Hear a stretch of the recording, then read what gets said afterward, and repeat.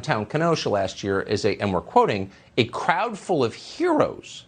When they're told that person running up the street just shot someone, we don't have time in the moment to go back and take a look at the body and replay the video and make a decision before going after the person with the gun.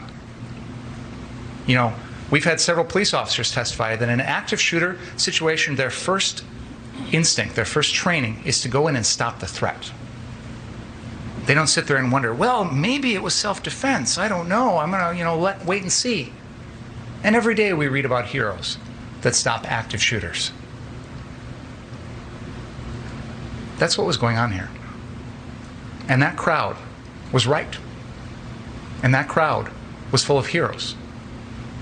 That crowd did something that, honestly, I'm not sure I would have had the courage to do. So Julio Rosas was actually in the crowd that night. He's a senior writer at Town Hall. He watched the city burn. By the way, the city has not been rebuilt. Nobody cares. But Julio joins us tonight to react to this. So you were there.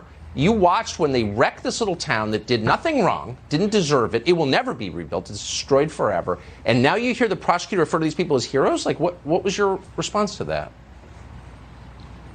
I mean, Tucker, I'm not going to lie to you. I got pretty heated because, I mean, yeah, I was out there that night. And to call this mob of rioters heroes is just an absolute lie. I mean, think about it. Binger called this mob heroes when they were attacking the place where he works at.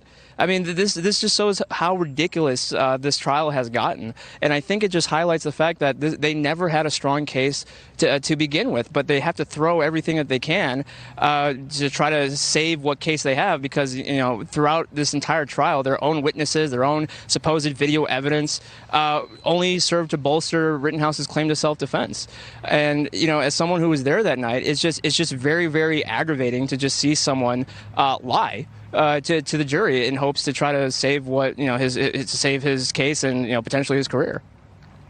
Here you have a prosecutor, a government lawyer, glorifying violence in the middle of a trial that's supposedly about punishing violence. I mean, you were there, but it seemed to me like that was an extended spasm of violence to me, those riots.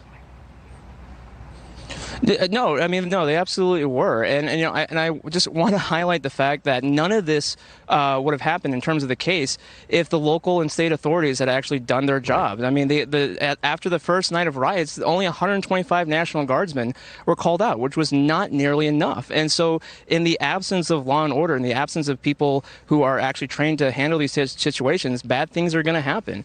And so, hopefully when the verdict comes down, nothing more bad happens to this town because they've been through enough, but we'll see what happens. Thank you for saying that. And Kenosha, Wisconsin does not deserve what it's getting. That is for sure. It's a nice place. Julio, thank you very much.